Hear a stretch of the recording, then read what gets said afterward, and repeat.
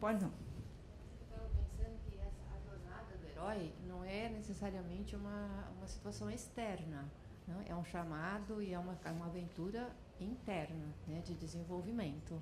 Também. Então, a gente fica pensando que alguém vem chamar, mas é um processo, às vezes, de sofrimento, que você é obrigado, vamos dizer assim, a enfrentar as suas dificuldades, né? É verdade. Deus talvez seja pensado como uma força interna que... Não, verdade. Como que é seu nome? Heloísa, né? É importante o que a Heloísa falou, porque às vezes essa jornada é uma jornada de autoconhecimento, né? É uma jornada em que você precisa passar por ela para poder sair lá na frente mais forte, tá certo? Não necessariamente você precisa pegar um barco e sair viajando né, e empreender grandes jornadas, caminhos e tudo mais.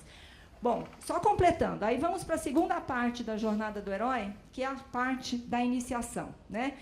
Essa aqui é a parte quando Jesus vai para o deserto, quando o Buda vai para a floresta. Ele fez aquele processo ali e foi para o caminho da aventura. Foi realmente, ele partiu para a sua aventura, para a sua grande aventura.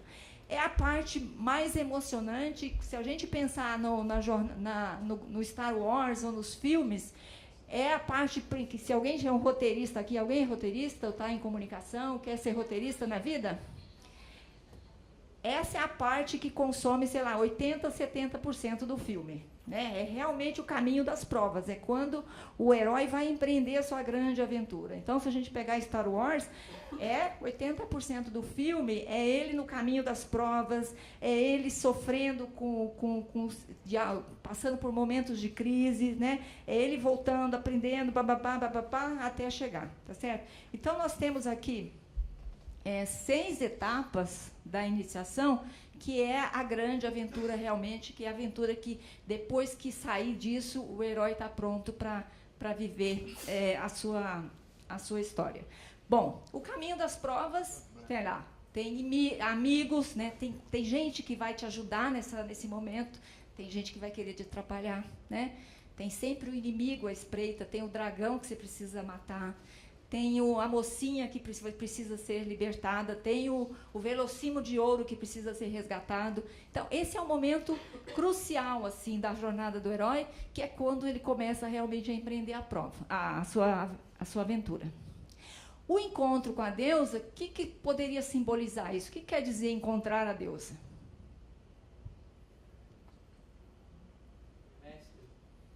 Oi? Não, ainda não. O mentor a gente encontrou lá atrás, né? Seria o contrário talvez do próprio Deus, a tentação. Assim. É a tentação, né? São as coisas que nos tentam pelo caminho, tá certo? Se a gente pensar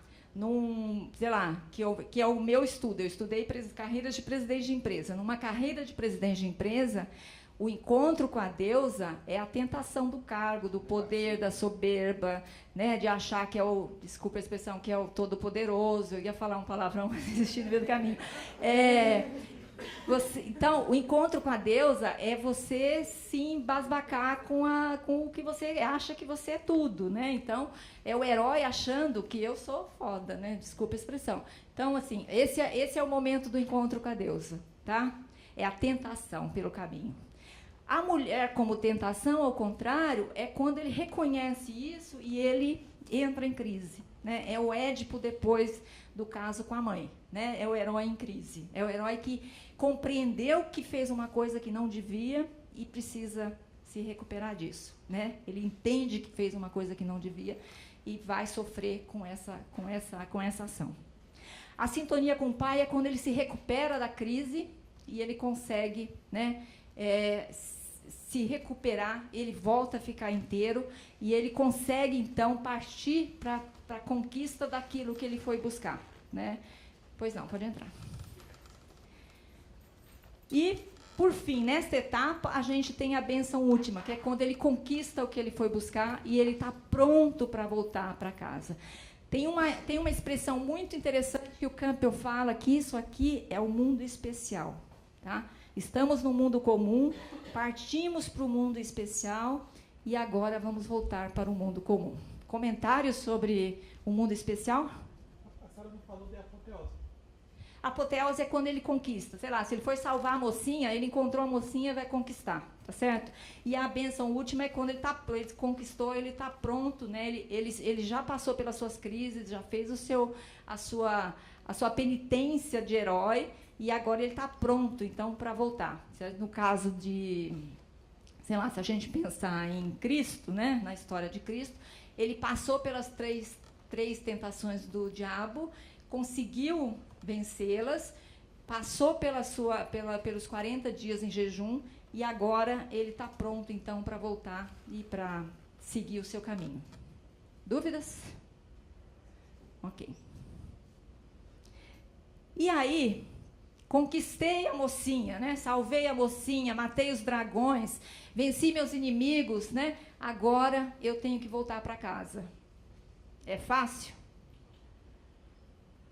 Não, não é fácil. O herói, às vezes, tem muitas dificuldades para voltar para casa. Por quê? Às vezes ele também é atacado de novo. Às vezes é atacado de novo, né? Aí começa um ciclo diferente, começa uma outra jornada.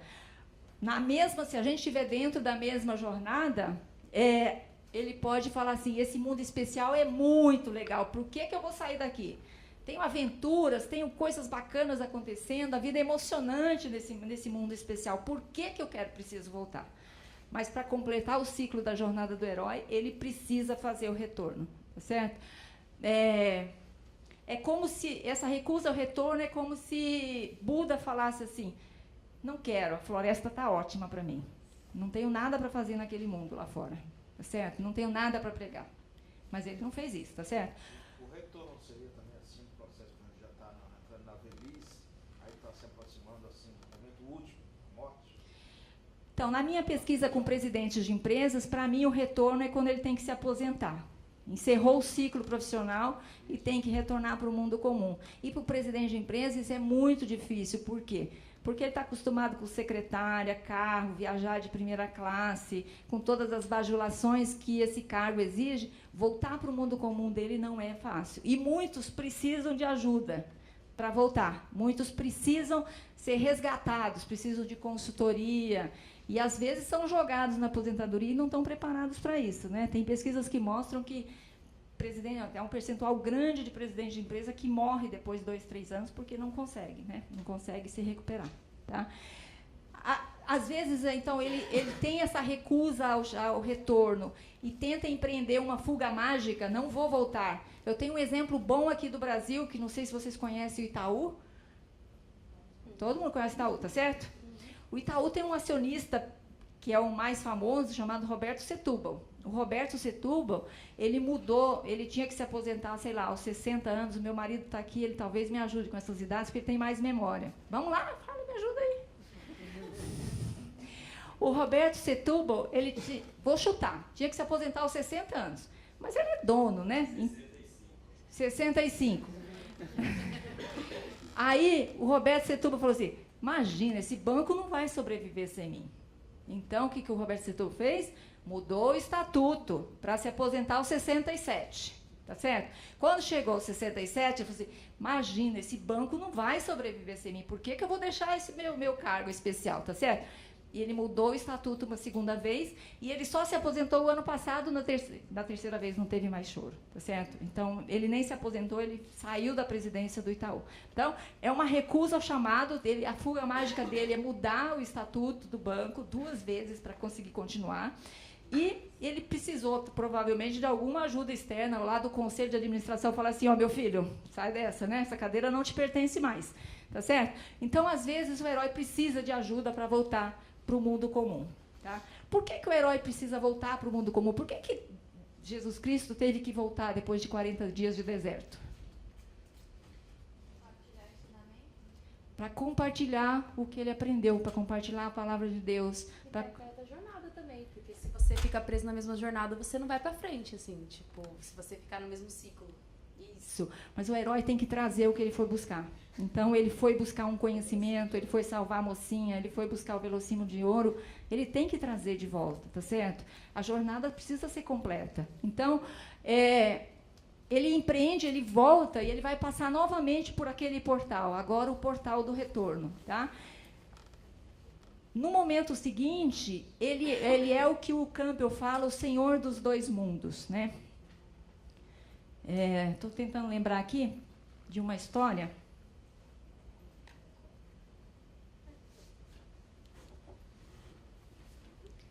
Quem que conhece a história do... Peraí. Quem conhece a história da transfiguração de Cristo? Quem conhece? Quem pode contar? Que ele muda lá quando ele se encontra com os três. Peraí. Quando Jesus muda, quando ele tem o encontro, que ele leva os seus 3 apóstolos, o Pedro, Tiago e o João, e aí ele muda de fisionomia, e aí esse é o momento da transfiguração. Exatamente. Ele se encontra com Elias e Moisés também. Na história de Jesus, da transfiguração de Jesus, ele leva, né, esses 3 apóstolos para o alto de um morro, né? Quando chega lá, o rosto dele brilha como o sol, tá certo? As vestes de Jesus ficam brancas como a luz, né? Uma nuvem luminosa cobre os 4 homens e dela sai uma voz. Este é o meu filho amado com quem me comprazo. Exatamente. Muito bem. Este é o meu filho amado com quem me comprazo. Quer dizer o quê? Deus tem prazer nele. Isso, exatamente. Aí os discípulos, tomados de grande temor, né, com aquela coisa misteriosa, se ajoelham e cobrem o rosto, né? E aí Jesus disse: levantai-vos, completo, e levantai-vos e não temais, não temais. Aí os apóstolos abrem os olhos, né? Os discípulos abrem os olhos e nada veem, só veem Jesus, né? Essa cena da transfiguração, segundo Joseph Campbell, significa que Jesus, naquele momento, é o Senhor dos dois mundos. Ele tanto está lá como está aqui, certo? Ele já domina o mundo especial e domina o mundo comum. E ele tem agora liberdade para viver, né? Para exercer, para compartilhar o conhecimento, para compartilhar a sua fé. Pois não. Psicóloga, então eu fico pensando em outras coisas, de um outro jeito, porque também eu acho que a jornada do herói é para a gente sair um pouco melhor, né, desse processo da entrada para o mundo inferior, né? Então eu acho que o herói sair disso, mas sair transfigurado. Então você estava falando, se fica muito tentando ainda ser o que era, não cumpriu muita jornada, tem que sair. Tem que sair melhor. É uma jornada de transformação, né? Ninguém empreende uma jornada como essa e sai igual a que entrou, tá certo? Esse é o esquema que o Joseph Campbell elaborou em 1949 e que está no livro dele, O Herói de Mil Faces. Dúvidas, gente? Pois não. Acontece uma vez só na vida, 2, 3, ou tem, não faz. Ótima pergunta. Pode acontecer muitas jornadas, né? Muitos chamados. Oi? No caso dos presidentes. Pode acontecer muitos chamados. Um chamado para consertar uma empresa, como eles falam bastante. Aí o fulano me chamou para consertar a empresa tal que estava com uma dívida de 450 milhões. Eu fui lá e fiz uma reestruturação da dívida, reorganizei a empresa e blá. E depois tem outros chamados para outras empresas, né? Então, a questão do chamado, ele não é único, não vai acontecer uma vez só. Pode acontecer muitos chamados ao longo da vida. Pois não? Como que esse passo do Senhor dos Dois Mundos se dá no caso dos presidentes, por exemplo? Quando ele já se sente confortável, por exemplo, muitos deles hoje estão virando conselheiros de empresas, né? Quando ele assume esse novo papel e ele já conhece a empresa, mas ele está num outro papel, já conhecendo uma outra coisa, ele é um senhor dos dois mundos, né? Eu acho que é um paralelo interessante.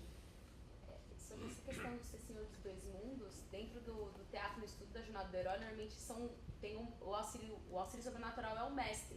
E aí esse herói, ele passa por toda essa jornada, e nesse caminho que ele vira o senhor dos dois mundos, ele vira o mestre de outras pessoas. Então, no próprio exemplo de Jesus, ele pegou e apresentou aos discípulos, os 3 discípulos dele, ele inicia os discípulos dele como um mestre, assim. Porque ele terminou sua jornada, ele passa e bastão para frente. É o legado dele, né? Então, o presidente de empresa, quando vira um conselheiro, está passando adiante o conhecimento dele, né? Quando vira mentor de outras pessoas, está passando adiante o conhecimento que ele acumulou ao longo da sua jornada, tá certo?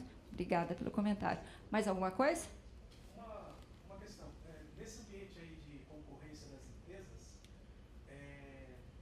como fica o papel do herói, assim, dos heróis? Eu acho que tem vários heróis, né? Que são várias trajetórias e talvez eles até entrem em conflito, né?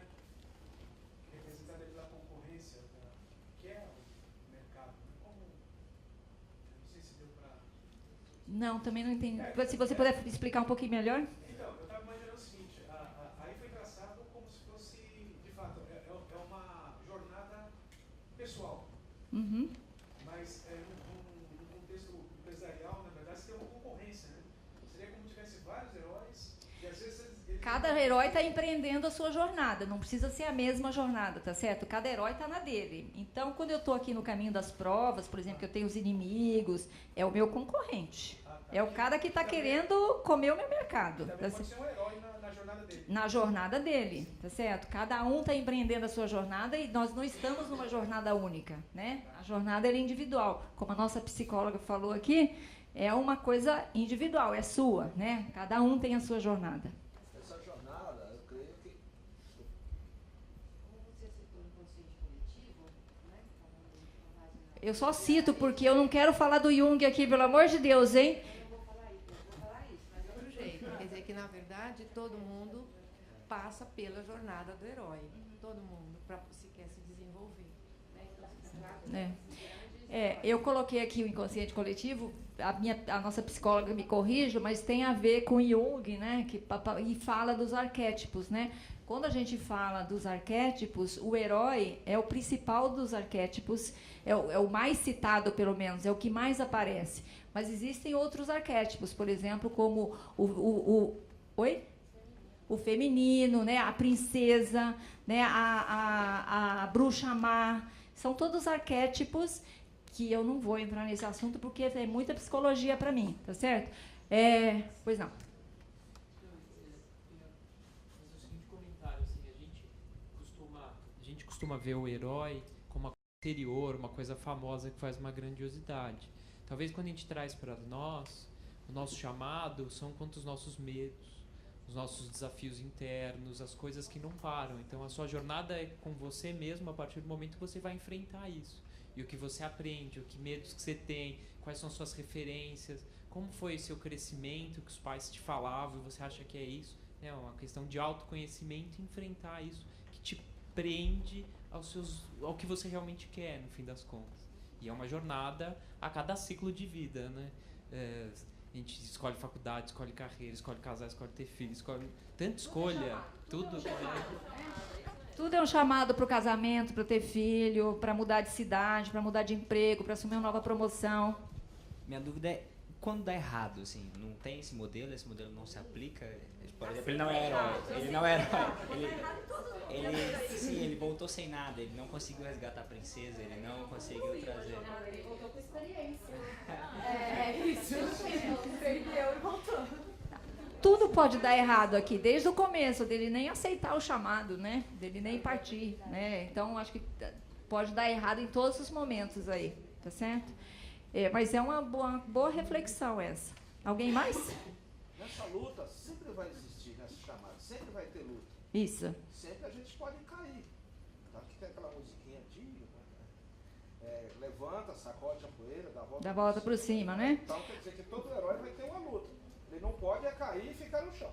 Exatamente, porque se você que perguntou aqui do fracasso, né? O fracasso é parte do aprendizado, do autoconhecimento, né? Então, se ele fracassou aqui, nessa fase, por exemplo, que é a fase mais fácil de se fracassar é essa, né? Quando você tem realmente os problemas a serem resolvidos, as barreiras a serem atravessadas, né? Então, tem que levantar e sair. É por isso que eu, no livro, e aqui eu vou mostrar para vocês algumas coisas que eu identifiquei como o que eu chamo das atitudes de herói, tá? O que os heróis têm, e aí eu falo dos presidentes de empresas, e tem alguns vídeos para mostrar para vocês que eu gravei com presidentes de empresas, quais são as atitudes que diferenciam um herói, tá? Diferenciam um herói de uma pessoa normal, tá certo? Então, o que seria? Vou apresentar 10 para você. Primeira coisa, gente, tem que aceitar o chamado. Se não aceitar o chamado, não vai empreender a jornada do herói. Então, tem que aceitar o chamado. Mas quais chamados aceitar? E quais recusar? Não precisa aceitar todos, né? Essa é a grande questão. Porque, às vezes, o próprio Campbell fala, às vezes tem chamados que o herói realmente não aceita e depois vai aceitar lá na frente. Não precisa aceitar agora, tá certo? Então, quando a gente fala de carreira, né, as pessoas que têm o controle da sua carreira, que sabem o que querem, que têm autoconhecimento, vão aceitar os chamados que valem a pena, que estão alinhados com seus valores, que estão alinhados com o que você gosta de fazer, né? Esses são os chamados, em termos de carreira, esses são chamados que valem a pena. Eu estou falando de carreira, gente, porque o tema do livro acabou sendo carreira, então eu vou me deter um pouquinho nesse assunto mais de carreira. Então, tem que aceitar o chamado, mas aí tem que ter uma reflexão, não pode sair por aí aceitando qualquer chamado, tá certo? Tem que aceitar os chamados que valem a pena para você, que a jornada seja uma jornada interessante, de aprendizado, que você vá sair dela melhor do que entrou, tá certo? Então, primeira coisa, aceitar o chamado. A segunda coisa, eu quero passar um vídeo para vocês, espera aí, de presidente de empresas falando do chamado, só um pouquinho.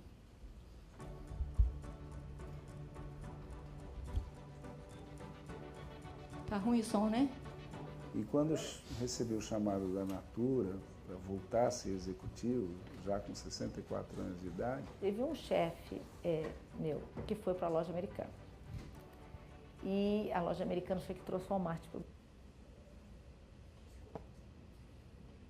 Brasil. E aí, quando ele estava para fechar, ele me ligou. Ele falou assim, vem aqui conversar. Eu fui lá conversar. Aí ele começar um negócio pequeno, você tem que tocar negócio grande. Eu tenho uma proposta para você. Naquele momento, o meu diretor comercial saiu do Brasil e assumiu a presidência da Schneider Colômbia. Surgiu a vaga e eu vi que ninguém lembrou de mim. Não foi natural. Eu disse, esse é um desafio em todos os sentidos, né? Porque é full-time job, não dá para trabalhar pouco. Se eu aceitar o desafio, eu vou ter que me dedicar como sempre me dediquei a todos os outros. Mas era um desafio extremamente interessante. Aí ele falou do Supercenter, que era um conceito de Walmart que estava, inclusive, crescendo nos Estados Unidos na época, que era aquela loja completa. E ele falou, não, com a tua experiência de varejo, acho que vai ser muito bom. A loja americana e o GP estão trazendo, e uma joint venture com o Walmart. Eu queria que você fosse lá visitasse uma loja. Já que você está indo para os Estados Unidos, e não tinha nenhuma perto de mim, pegar um avião, vai lá e passa algumas horas. Na volta a gente conversa. E aí eu fui para lá, voltei, tive que tomar uma decisão.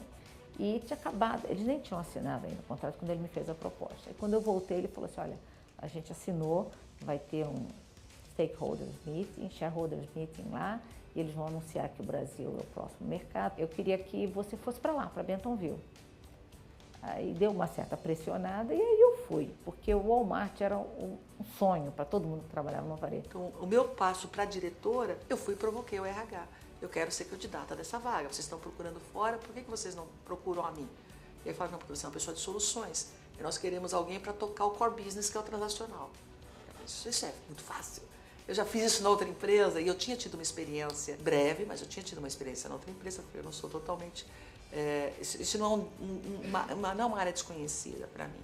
E foi aí que eu me candidatei, forcei um pouco a barra, eu falei, eu quero crescer. E aí eu me joguei no desconhecido, porque era uma área que eu dominava pouco, mas como a equipe me conhecia, os pares me conheciam, eu tive de novo o apoio integral da equipe.